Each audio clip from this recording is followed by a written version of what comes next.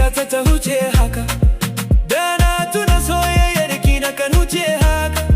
Ke ce hasken rayuwa ta mai daraja, a huce haka saboda ke masoyita.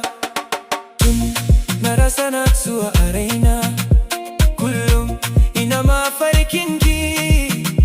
Ke ce farin cikin zuciyata, duk inda na dosa hoton ki ne nake gani. Soyayyar ki ta mamaye ni, har na kasa boye sirina.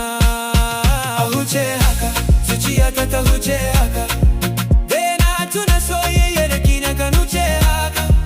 Ke ce hasken rayuwa ta mai daraja, a huce haka saboda ke masoyiya.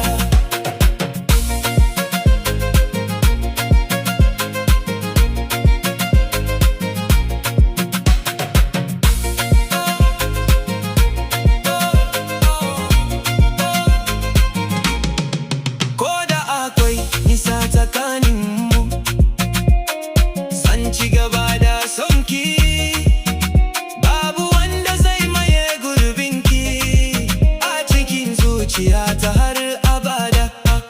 Ki amince da ni masoyiya, ba zan taba yaudarar ki ba. Soyayyar mu ta kasance mai dorewa har zuwa ƙarshen rayuwa. Idan na ji muryarki, duk wata damuwa ta gushe. Idan na ga murmushinki, zuciyata ta cika da farin ciki. A huce haka, zuciyata ta huce haka, da na tuna soyayyar ki na kan huce haka. Ke ce hasken rayuwa ta mai daraja, a huce haka saboda ke